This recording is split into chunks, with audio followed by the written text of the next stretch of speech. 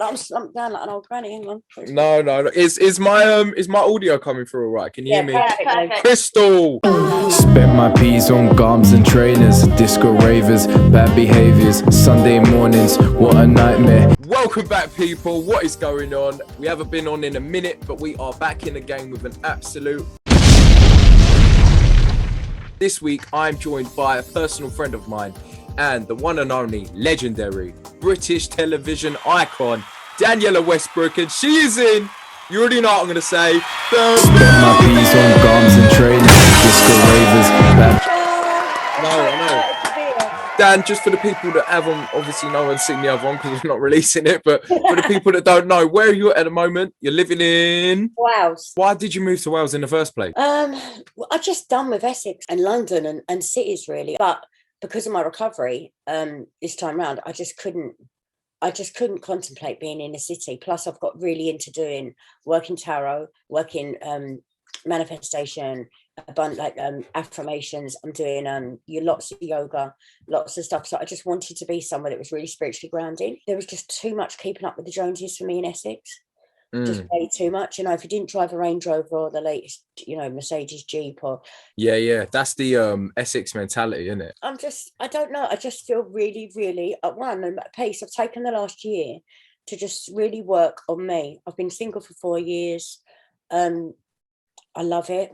I've had so much time and energy to put into my kids, into my, and repay back all the crap that, that I put into men instead of them at the time, which was what addiction gave me as well. I just really know who I am today, and I'm just in a really good space. I've finally come a full circle. We were talking last time before the disruption. You're going out for the Netflix new Netflix series that might, fingers crossed, you're in top 3 at the moment, aren't you? You're down to the last 3. I have to send my last tape off, submit my last tape on the 9th. I'm used to just going in and casting for something, getting the feel for the people, reading off them. To do a tape and just set your camera up and just do this tape is just like your phone up and just do it. It's like there's no feedback, so you just got to dig deep and believe in yourself. And there was 3,500 people submitted for the job, and I'm down to the last 3. This is worldwide. I know, I'm so excited. That deserves a little clap in itself, little halfway cut. Yeah, and clap. You know what? Well done. So insecure about how I look and everything as well, because I haven't had my surgery. I don't get my surgery I don't start until mid-May. And they still come back and said, yeah. So they must be looking for someone that looks like this. I don't know. So Dan, talk to us about the surgery. What exactly are you doing, and when are you meant to get it done, and etc. Well, I did start last year, and obviously I didn't, and then I relapsed again, and I just had a shit time because I was in a world of hurt. So I just used any excuse to use because I wanted to. But then I got well again, and I've stayed well, and I've stayed good with my testing and all stuff like that, so that the surgeon, everyone can see now. Because of lockdown, we couldn't do any surgery. There was no cosmetic surgery being done or reconstructive surgery, obviously, because of the pandemic. So now I'm having, I think, a metal plate put in here because I've got osteoporosis. This part of my face brought forward, this straightened up and redone and brought out, and then all new teeth going in, only on the top, not on the bottom, because they're all right, they're mine. But I think they between 4 and 6 ops I'm going to have, because of my osteoporosis. I keep having to have this tightened because the bone's shrinking. So they've got to put a metal bone in for the bone and stuff like that and redo it. They're going to use again, like they did before 20 years ago, we used the shark cells, because they take a layer of shark cell and underneath the shark cell is built like a honeycomb system. So you put that in, and they'll put that in the bed between the roof of my mouth and the base of my nose. They'll put that on the inside. That will sit for 3 months, and when it sits in there, it will bed in, and it as it disappears, it rebuilds all your own collagen and your own skin and cells. It's a booster for rebuilding body part. Wow. So that will rebuild in there, and they'll bring it up and through and twist it and put it over, and it will attach to the metal, and then they'll attach the teeth to that side to the metal cheekbone, and this side to the good bone. Jesus. I'm doing the whole thing. It's going to be another thing that I'm not going to be able to direct because I'm going to be asleep. But yeah, I'm going to be part of producing, and it will all go out on my YouTube channel. You're documenting the whole process? The whole thing. Oh wow. Yeah. Okay. Yeah. I've had a lot of channels offer me a lot of money, and let me tell you, it's not that the fact that I don't want the money, because everyone always likes to earn money. But Kai and Jodie sat down and said, listen, Do it for you. Do it for yourself. Don't be beholden to anyone. If you don't like it, you haven't got to put it out. I think I'm the happiest I've been in about 15 years. Once you put the drink and the drug down, well, especially for me, drugs is what calls me. It's like, once you put that down, you don't need to follow the pound note because you haven't got to pay off what you're chasing. You know, you haven't got that debt and everything. So, you know, not just debt, you haven't got that need to earn, because the more you earn, the bigger you're using, you know, and the bigger you're following of leeches. So, you know, it's like, it's for me, it's like, it's so freeing. So getting into recovery for me was so freeing, not just in a financial sense, but just in a peace of mind and well-being sense. And then after that comes with it, going back to what the question you asked me about surgery is, after that comes with being in a good place health-wise internally, that I can go on and have my surgery. Around this time last year, you were using a lot, and then I think we spoke last time, you moved up you moved up north. So as a quick breakdown of to almost compare where you're at now compared to where you were a year ago, where was Dan a year ago? You know what? I was talking to a friend of mine last night. She said, when I see videos of you online now, she said, your eyes are twinkling. She said, you're excited about your future. She said, you've got plans today. And I was like, and that's coming from a 20-year-old kid. Like, it's like she's saying to me, a friend of mine's daughter, and I'm like, wow, India, that's a big deal what you just said.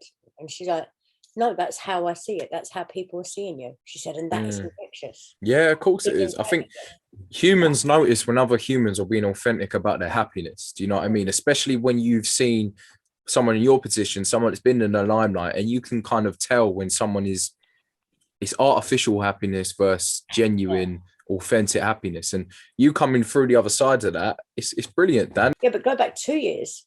And I was on the beach every day, and I thought I had a lovely life. Inside, I was so unhappy and so broken to 3 years. So where was you living 2 years ago? What was going on? I was in Marbella.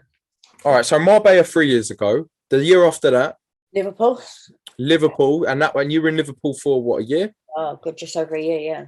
Just over a year, and then this time ish last year, we've just gone into lockdown, Liverpool. And you were still in Liverpool this time last year. The whole lockdown, I was in Liverpool. And you were using what, every day, or? I was using every day, really. Pretty much every day. I was really unhappy, and I was like, I didn't know I was though. I thought, I thought I was okay. I sort of resonated my life to be, that's what I'd chosen for myself. It wasn't anybody else's fault but mine, and it was just like, the people I was around and living with didn't use. For me, it was that was my life choice. And, and I look at people today and I think I can understand why people in the public get so pissed off with me when I was using, and why people would be so mean in some of their comments to me when I was using, because I had everything to live for. And that's a big deal, actually. And people say you shouldn't let it bother you, but it does bother me because they're right. I should have got happy before, because I had everything to get happy for. I had 2 great kids, and I have 2 great kids, and I've got such a great platform to help others and to continue to work. I mean, I've got work offers coming to me that I never dreamed I would get back. Spent my P's on garms and trainers, disco ravers, bad behavior. I knew you want to talk about work. I do, of course. I want to go into it because it is like a topic of it's just a good topic, you know what I mean? Everyone loves Eastenders. It's just iconic, and you're an iconic figure within that industry, so it would be silly not to go on it. So Dan, Eastenders. Da, da, da, da, da, da. All right, are you ready? What are your funniest moments within Eastenders behind the scenes that we don't know about? I think the top funniest moment for me was obviously with Ricky, Sid Owen, when we were young. We used to always nick the milk float. There used to be back in the day, kids, there used to be a thing called a milkman. You used to go to deliver milk. And it's not your dad. It's not your dad. No, it's not. Yeah, it's not, whenever you go to Tesco's and get milk, we used to have a milkman. So anyway, this guy used to be dressed in milkman. So me and Sid, they used to leave it, and it was like an electric, aren't they, milk floats? So Sid used to go, jump in it, and we'd be bored, and we'd go flying around the square in it and just be a complete pain in the arse. We were the youngest 2 kids on the set, really. They were full-time cast members, and we got away with merry hell. Anyway, we've flown around one day. Anyway, he's gone, someone saw us, one of the runners. They were like, started to shout. Sid's like, fuck. So he spun it around the corner, come down Bridge Street, off the laundry, cafe on your right, under the bridge. Sid floored it round the corner as fast as a milk float can go. And he's caught the edge of a stall right, as you go up by Mitchell Brothers Auto Repairs to put it in the garage. You're gonna hide in the garage, shut the door. It's caught the edge of a stall and the corner of the bridge, and just peeled the roof clean off it. Like a can opening. And I was like, weird. We got suspended for 3 months from work, no pay. So what happened with the script though? Because surely you're in the show for 3 months. So they just rewrote around us. We were little shits. We did. I'll tell you another one. Sid is wait, how old are you and Sid at this time? I think I was 17, 18. 17, yeah, and Sid was 18, 19. Okay. Yeah. Because Sid used to drive and I never used to drive. So I learned to drive, but Sid taught me to drive. On the milk float? No, not on the milk float. He had a little 325 by convertible. His number plate was one boy. It was great. Legend. And, yeah, he's cool. Sid's cool, man. I love Sid. I still speak to Sid today. We still get on. I spoke to him just last week. We've always got on. So, yeah, another one was we used to get these call sheets. We still get call sheets of our weekly things. But back in the day, we used to get rehearsals on a Saturday. So we'd finish filming on a Friday. Friday is always outside what we call the lot day, up on the square. But now we're filming with this modern day, we film with 3 or 4 lots of directors, each doing a set of 4 each. So we're filming 16 episodes a week, out of continuity all the time. But back then we was only working with 1 a week because we was only on a Tuesday and Thursday and none of us on a Sunday. I know where this is going. Yeah, and then we'd rehearse for the following week, so we'd work with 2. Anyway, we've got loads of work coming up and we're going away to we've just been away to Gretna Green and got married, and like 30 million people tuned in to watch, and it was a big deal. So we was coming back to do all this stuff in the Vic, of a party for us in the Vic. This is before even Barbara Winter came to the show. So anyway, I said to Sid, I'm so tired, like I need to go on a holiday, I need some sun. I was like, how old was I? 17? Okay. 17. He was like, yeah, I do as well. Back in the day, you used to be able to go into a travel agents in any high street, book somewhere and jump on a last minute flight was cheap. Like, no, we didn't have online. We didn't have text messaging. We didn't have internet, nothing then. Yeah. Instagram, TikTok, weren't about. You didn't exist. There was no Google. You didn't exist back then. Facebook, never heard of it. So yeah, we decided we'd book something on the Friday and we'd go Friday night and we'd go away for the weekend till Monday. We're not working. So I said, I'm sure we're in for rehearsals tomorrow. No, on Saturday. No, we're not. I'll get a call sheet out of the car. Well, you open the back of Sid's car and the whole of the back floor and the whole of the back seat was just covered in scripts, call sheets, everything, like bits of paper, Yeah. And stuff like that. So anyway, it's this one. It's definitely a pink one, right? It's whatever, a yellow one, pink one. So I'm looking at it. He's going, I'm telling you, it is just, don't argue with me. Like a real married couple. So, okay, fair enough. Gone down to the estate agents, the travel agents, booked these flights to Marbella. Lovely apartment for the weekend. Brilliant. Friends of ours had a boat there. Brilliant. Right in the port in Bernous. Great. I mean, this is 30 years ago we're talking. So it was like how it used to be in the film The Business. It was like a little tiny... Yeah. Proper. It was real Danny Dyer-esque. Yeah, cool. Yeah, that sort of era. Right? And we've sodded off on Friday, finished work. Ta-da, got on the plane. Everyone's going, oh, it's Ricky and Sam. Me and him are going together through the airport. People are all like, oh, it's Ricky and Sam going on their holidays. Yep, because we always used to go on holiday together. Got out to Marbella, had a great time. We're out on our friend's boat, on the roof of this boat. It's got a big yacht. On the jacuzzi on the top. Saturday afternoon comes and goes. We're having a little bevy. Great time. Loving life. Some bikini on. Phone goes in the bar. Opposite, in the port. This is like old, it was a payphone. And they've gone, Danniella, Sid. So our friend Wes's dad's gone, yeah, they're on the top of the thing. You need to call them. The Eastenders are on the phone. Sid just looked at me and I looked at him. I went, we're not meant to be here, are we? It was like, no, I'm telling you, we are. I said, well, you answer the phone. He's like, no, you answer the phone. Oh, no, Sid. I've had to go over and answer the phone. They went, we've got 2 runners on their way out now, on a flight now to get you. You should have been at work for the last 2 days. This is the Sunday, but this time, sorry. You should have been at work yesterday. You're costing us money. We've had to stand down all the crew, all of the cast. The whole storyline is about you. What did you think that you'd just get a weekend off for?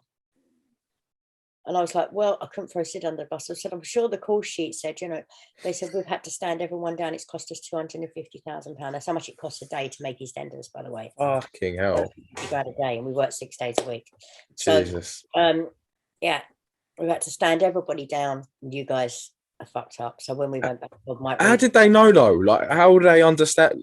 Like, what? Because of press, and you were in papers? No. They'd gone to the local travel agents because they'd heard us talking on set. No. My friends pick everything up, obviously, about, oh yeah, we're going to Marbella, we booked the flight, we went into the travel agents in town, chatting to people on set, and that same was going to Spain.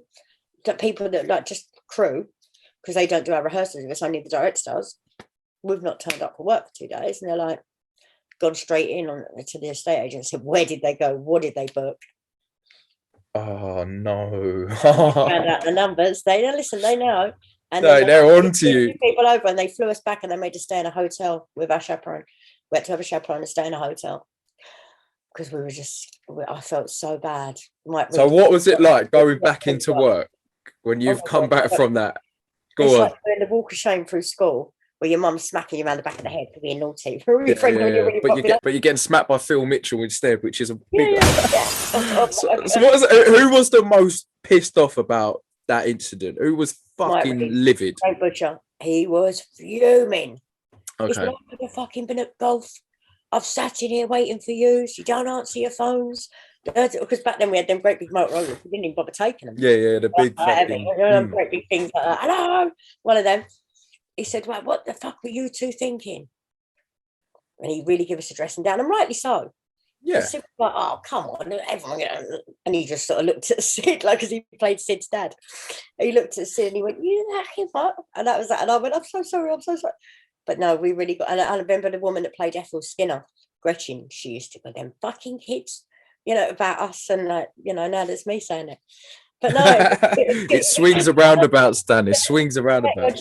Over 30 years ago, but it was, yeah, man, we got in a lot of trouble all the time, me and Sid, for being little sods. Who do you think was the most intimidating person that you worked with on EastEnders? Because obviously being 17, going into something as colossal and huge as EastEnders, who did you walk in on set and be like, fucking hell, I can't believe it's him or her? I think Phil and Grant, and I played. Yeah, it would be. I'd be fucking shitting myself. I went in and they were like, the rituals, and they had hair and everything back then. I'll send you some pictures. I'm going to send you some pictures that you can throw up on the screen. Phil Mitchell had hair, people. Are you listening? Phil Mitchell used to go to the barbers. He did. He really did. Actually, used to sit in the makeup chair. They used to. Don't get me wrong. I love the show. I'm not keen on. I was keen up until about a year ago on going back, and now I'm just sort of like, I'm not so much. So say you got a call tomorrow.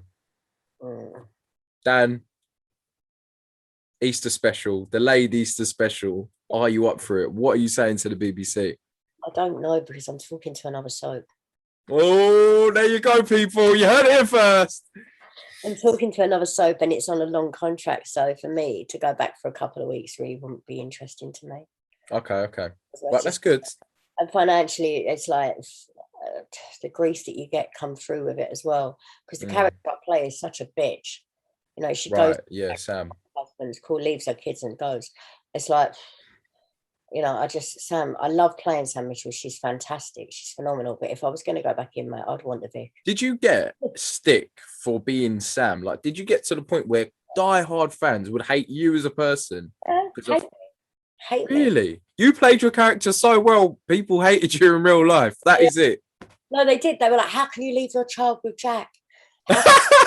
It's not real. How can you lie to Ricky and say that kid's his? And I was like, well, shit happens, but it's not really. Yeah, it was Sam. It wasn't me. All right, we look the same, but we're different. He is so naughty. But if I went back, I'd want some good storylines, and I'd want some longevity. And I just don't think they don't want Sam back, and they're not ready to give it to her. She's a buffer as a character. She's not a lead character. She's a buffer, which I'm great with.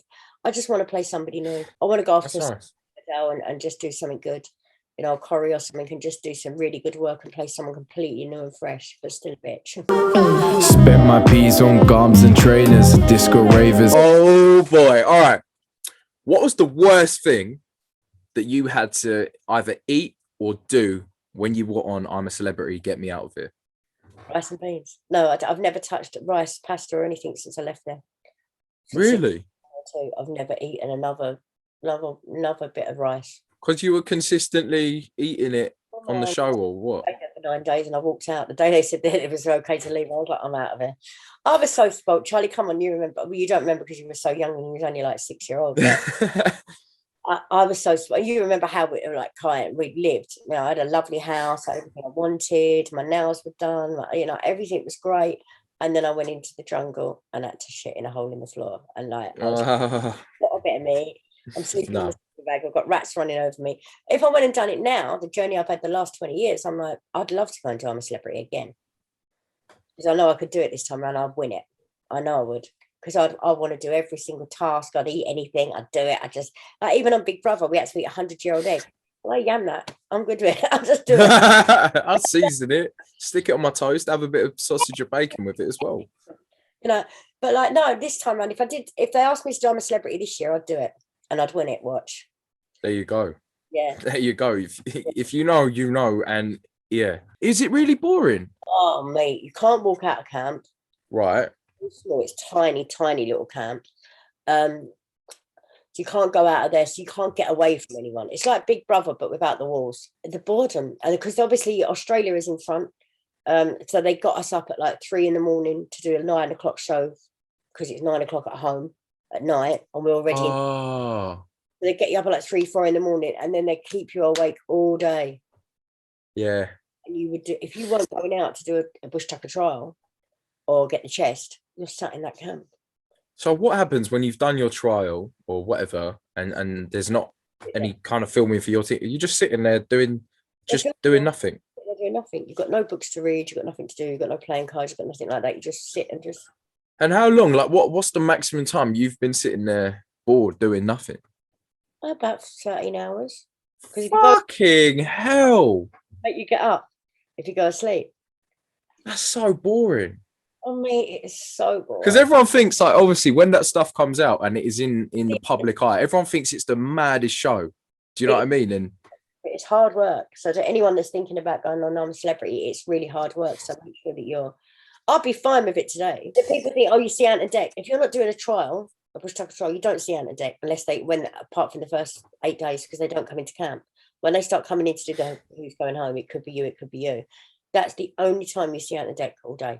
Spent my peas on garms and trainers, disco ravers, bad behavior. This is the exciting one, because the year you were in, it was 2016, wasn't it? Was, yeah. And that was one of the most sensational television gold moments that we've ever seen on that show. We've got a few iconic bits. Obviously, the characters in there are spectacular. You've got yourself, Austin, Gemma Collins, David, yeah, Scotty T, Steph, Scotty T, Jason, no, Jezza, Day.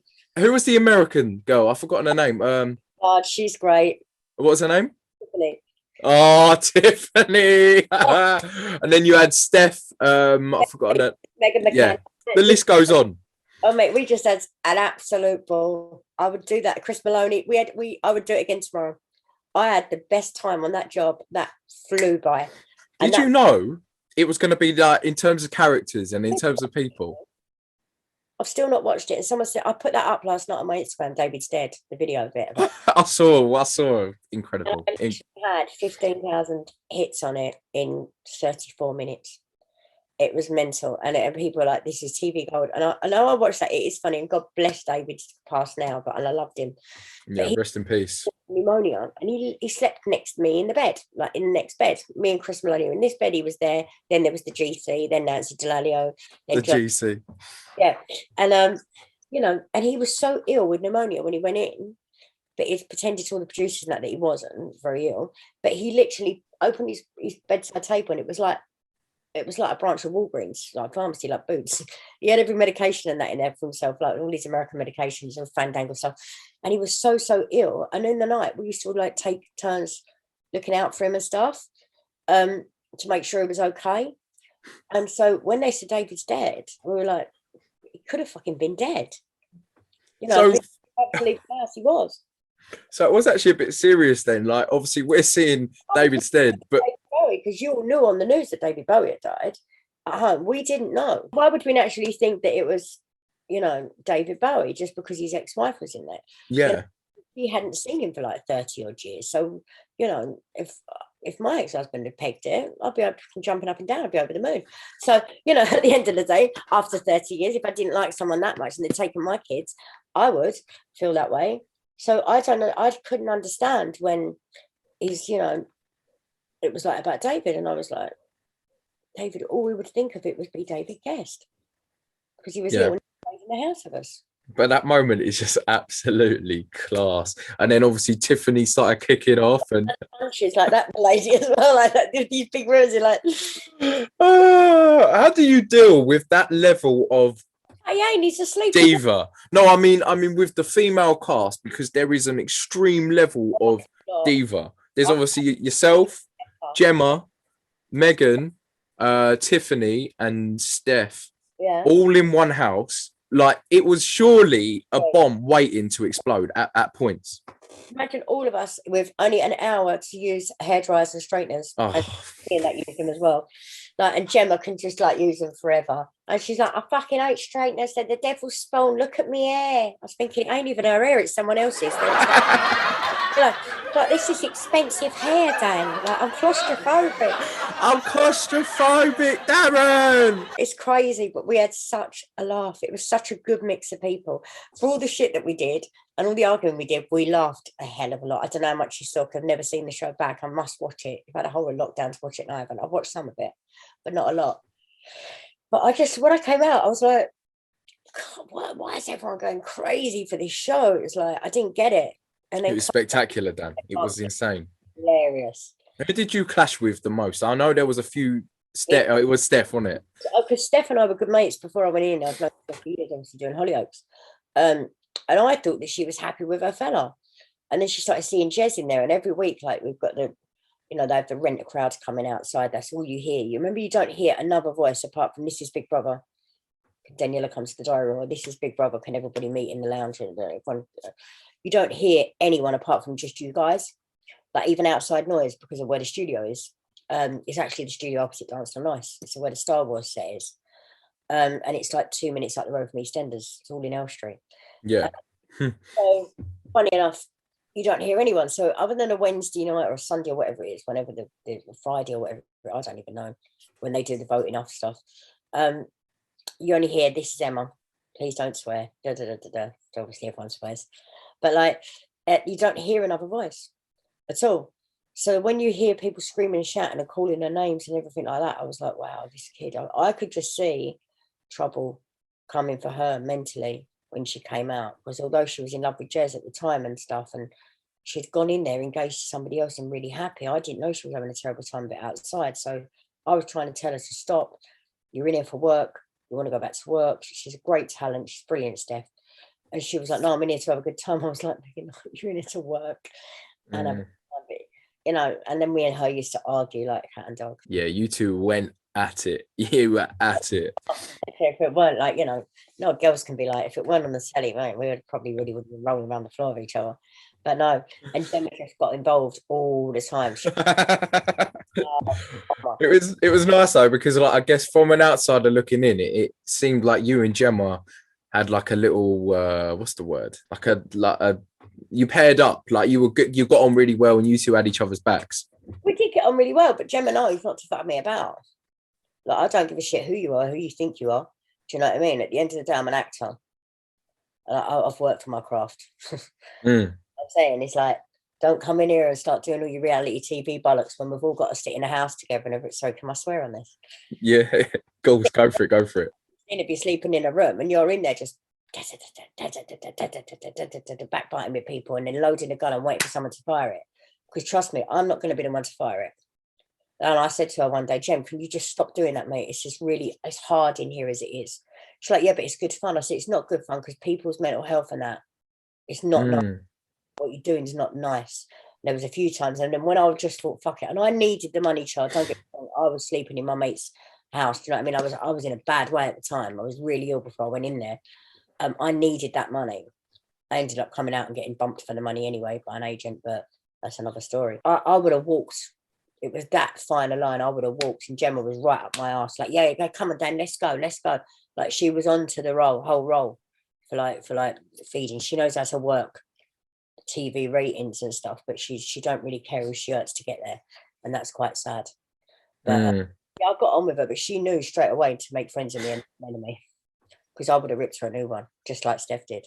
She must have had a game plan then. Like we said before when we spoke, like, you can't really have a game plan because you're dealing with people, and people act on emotion and different. It's not a script. You can't have a game plan. Like, I was wake up when you're in there for 5.5 weeks, right? So, and it's like one of the biggest shows on telly, and people get so sucked into that. They're like, everyone's going to be tuning in tonight to watch. And I think people like don't really give a shit. They've got lives going on, they have bills to pay and kids to look after. Do you really think they're worried about whether you're shagging someone's or whether you're with that one, or whether you got your bottle of drink that day? No one really gives a shit. But apparently people did. How wrong was I? So yeah. You're sitting there and it's like, you can't have a game plan, because I would wake up every morning, and for the first 2 minutes, you know that when you wake up, sometimes you've had a really good sleep, wake up and you go, where am I? When you're and I'd go, yep, I'm at work. But that's me, I'm an actor. So I know when to hold my temper a bit more. Okay. I have to. I promise my kids, because my kids beg me not to do that show. Because they know, like, you know, especially because I've been using heavily. I was doing like 11 grams a day when I went in there. So before you gone in the house, or you was up doing 11 grams a day prior to that? Like 6 months before, every day. I was like nearly dead, and I just went in there, stopped. Didn't obviously go, people go to take drugs in the review. Of course not, no. And I didn't. I didn't use in there. 2 days before they take you to a hotel, I hadn't used. I just get up, bang, go to work. And I just worked. But I love the show. They go just do some mad stuff in there. They do. It really just fucks with your brain. Like, even watching it, it's just a fucking social experiment. It is. It's like putting a whole bunch of like rats in a maze and seeing them eat each other alive. Then they got to get out. Yeah. And that's Big Brother. But I loved it. I would do it again in a heartbeat. Who did you have the most fun with? I love Jezza. I love him to bits, Jeremy. But I think probably for me, of my 3 really, really close friends were in that house, and that's Chris Maloney, Darren Day, and Johnny Partridge. Obviously, I love Johnny Partridge, you know, and Scotty T. Scotty T's wicked. You know what I mean? Yeah. I looked at Scotty and I could just see my Kai in him, because he was full of life and fun, and you know, and he just wanted to have a good time. He didn't want to get involved in arguments, but he was very fair, and like, he would say straight what he thought, and he backed my corner a few times, and he was there, and he's a very caring boy. That must be interesting as well, though, because you've got like your reality TV stars, you've got your Towie cast, then you've got your Geordie Shore cast, complete different ways of doing shit. I've watched Towie once, I think, in the whole time it's ever been on. And that was years ago when my little mate Harry David was in it. But I'm like, I've never watched Towie. Obviously, I knew who Gemma was. It's hard to miss. So everyone knows GC. You know, it's hard to miss Gemma. She's great. She's great, and she's good fun, and she's good telly. You know. You can't fault the GC. She gets numbers, she gets ratings, and she's a good character. So fair play. Do you know what? Gemma's a good girl. She's good fun, and she's an hard worker. And she's a good girl, and I got to form a lovely relationship with Megan McKenna, because she'd only come off of X on the Beach on there, and then went on to have a massive career for a little while. And like, she's just a lovely kid, beautiful looking kid. Really enjoyed her company. Are you ever in awe? I guess you're not really, because you're already a big character yourself. But are you ever in awe of working with anyone else, or are you just like, we're all just people, like, because you come from that world as well?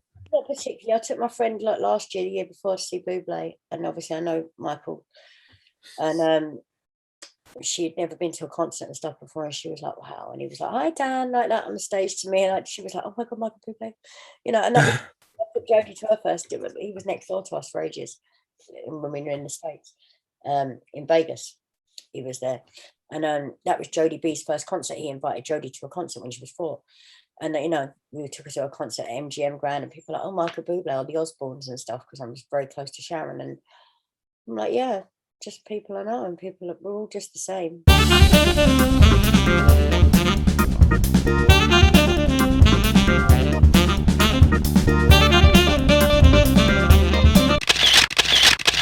This photo was, there was loads of paps in New Bond Street. I was shopping. I had the kilt on. I've had that kilt since I was 15 years old. I still have it. Well, Jodie has it, I think. And I had the kilt and bag. And I was bored. And I thought this would be a bit of fun. And I was going to buy a new stroller, like a new buggy. And I'd seen that Burberry did one. So I went in, I thought, I'm having that buggy. And this is, so I went and I just walked in there, bought the buggy, and then I bought Jodie the matching skirt. And if you can see on that picture really close up, she's even got the tights on. Right? So she was, and her little Prada boots. So she was, I think the only thing I didn't have on in Burberry that day was a Gucci coat and a Dior boots. So you knew that photo, or not maybe the photo, but... What though? I don't own that picture. What? I don't own it. Because it was a paparazzi, or... Normally most celebrities now own 60-50% of their pictures. So they're all set up, basically. That's how it works. Ah. It wasn't. So the nose picture and that I don't own. So they've made fortunes. But the guy that took the picture of the nose bought a plane. How much money he made and retired. He bought a plane. He retired, yeah. From one photo. One photo. Jesus. So that photo, you knew that the paparazzi were going to just get onto you about that when you bought the outfit. That's right. I love that picture. And It's iconic. It's iconic. There's somebody doing it for me at the moment in a big canvas, like an oil painting. Sick photo. And I've got all skateboards that my friends that are pro skateboarders from California when we lived there.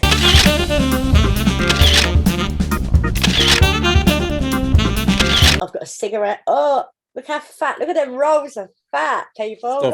Stop it. It's natural. I'm laughing my head off. Where were you when that photo was taken? What was going on? In my bio, I've got a blue tape on my arm where I pulled my shoulder out. My boobs are hanging out of my bikini. Oh, what a show I'm making in my life. Right, okay, so this is me talking to my agent on the phone, on the thing, but doing set-up paparazzi shots. These are all set up. And there's me looking at all the pictures that they'd taken, right? They put them all on the computer for me, and I was going, yes, no, yes, no, yes, no, putting sets together to send over to the pap agency. That's me checking back all the pictures to see whether I like them or not, and still getting papped. So that was me in Spain, and that's when I was ill, and really just I was in the Daily Mail sometimes twice a day. Mad. How many times I was trying to sell pictures to, support my lifestyle at the time. But yeah, that's a couple of mad old pictures, Charlie. Yeah, that Burberry one is iconic. It's such a legendary photo, and I'm jealous because I want some of that clobber. Like, I need some of that Burberry clobber ASAP. Thank you so much for your time, Dan. I really appreciate you coming on again, since the first one didn't go according to plan. But go from strength to strength. That's it, man. You're an absolute legend. Come through the other side, stronger, better, improved, and ready to take on the world. And like we said before, authentic happiness, people, is much better than artificial fake happiness. So keep doing your thing. Love you, kid. I'll speak to you soon. Spend my peas on gums and Keep doing bits. Bosh. Spent my peas on gums and trainers, disco ravers, bad behaviors.